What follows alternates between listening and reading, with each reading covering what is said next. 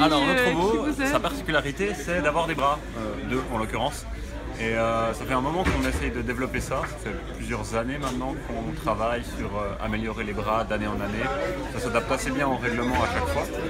Et puis là, on va essayer de prendre quelques modules lunaires. Enfin, on va finir la stratégie pendant la compétition, parce qu'on est un peu à la bourre. Et on a aussi notre fusée qui n'est pas visible, mais qui va décoller à la fin du match, la Feniac. Okay. Voilà. Pour l'évitement d'obstacles, on a deux balises comme ça sur les robots adverses qui sont... Et sur le robot, on a un capteur qui tourne, la lumière est réfléchie et puis en mesurant la largeur de la balise, on a la distance à l'adversaire, ce qui nous permet de l'éviter. Ok.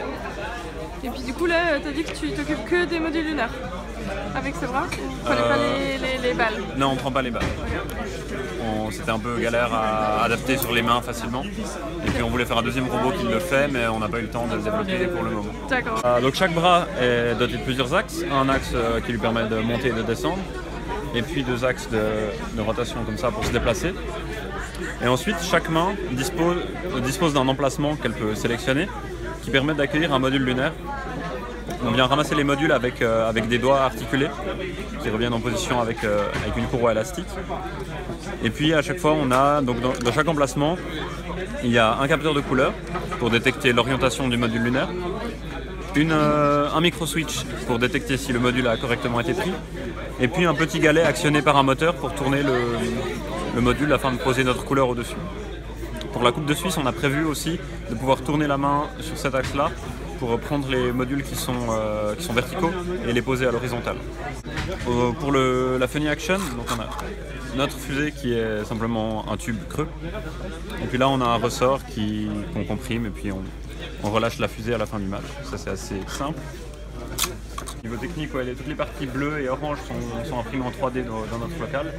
Et puis les parties structurelles sont usinées en aluminium, soit dans des tôles comme ici, soit vraiment en 3D classique.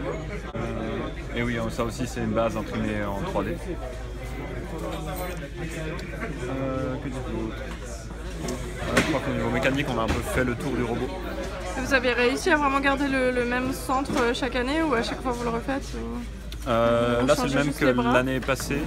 Et tout ce qu'on a changé c'est donc les mains. Ouais. Et puis on a raccourci un peu les bras ici afin de pouvoir plus facilement contourner les obstacles sur la table. D'accord. Avant on avait un peu plus de 3 cm de plus sur l'arrière-bras. Ok. Voilà. Bah merci.